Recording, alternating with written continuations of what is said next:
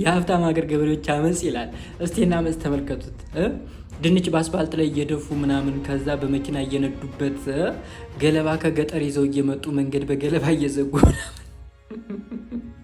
የአመጽ እየተካሄደ ያለው እንግዲህ ቤልጂየም ብራስል ውስጥ ነው። ወይም የቤልጂየም ገበሬዎች ናቸው ይህን እያደረጉ ያሉት ማለት ነው። ባይዘዊ ቤልጂየም ላይ ብቻም ሳይሆን በመላው አውሮፓ በሚባል ደረጃ ወይም ደግሞ የአውሮፓ ህብረት ሀገራት ላይ ነው እየተካሄደ ያለው ከእንግሊዝ በስተቀር። እንግሊዝ እንግዲህ የአውሮፓ ህብረት አባል ሀገር አይደለችም። በ2020 ነው የወጣችው በይፋ ማለት ነው።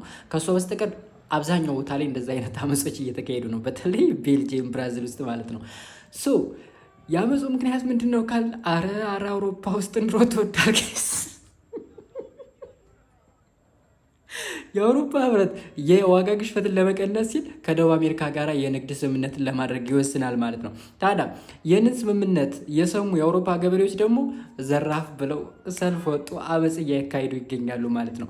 ስምምነቱ ምንድን ነው ካል ከደቡብ አሜሪካ ርካሽ የሆኑ ፕሮዳክቶችን ወደ አውሮፓ እንዲገቡ በሚያደርግ የኑሮ ውድነቱን ወይም የዋጋ ግሽበቱን መቀነስ ነው።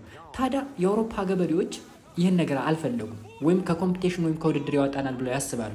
ከዛ በተጨማሪ እንግዲህ የአውሮፓ ህብረት በምግብ ጥራት፣ በእንስሳት ደህንነት እንዲሁም በአካባቢ ጥበቃ ከባድ የሚባሉ ህጎች አሉ። እነዚህ ህጎች ታዲያ የሚተገበሩት በዚሁ በገበሬው ነው። ኦኬ የሆነ ችግር ቢኖርም ይኸው ገበሬው ነው ይህን ነገር የሚሰራው ማለት ነው። ስለዚህ ጫናው ገበሬዎች ላይ ነው እና ከደቡብ አሜሪካ የሚመጡ ምርቶች ይህን ደረጃ ማሟላት አለማሟላታቸውን እርግጠኛ መሆን አልቻሉም። ከዛ በተጨማሪ ርካሽ የሆነ ምርት ከደቡብ አሜሪካ የሚመጣ ከሆነ የአውሮፓ ገበሬዎች ኮምፒት ማድረግ አይችሉም ወይም መወዳደር አይችሉም፣ ኑሯቸው ይከፋል ማለት ነው። በዚህ ምክንያት እንግዲህ እንደምታዩት ሰልፍ ላይ ወጥተው የመኪና ሰልፍ ማለት ነው፣ የትራክተር ሰልፍ እያደረጉ ነው። ድንቹን ዝንጅብሉን እየጫሩ እየመጡ መንገድ እየሰሩ፣ ከዛ የከተማ ሰዎች ደግሞ ይህን የተደፋ ድንች እየለቃሙ እየወሰዱ ነው። የኛ ሀገር ገበሬዎች እኮ ጅራፍ ይዘው ነው የሚወጡት።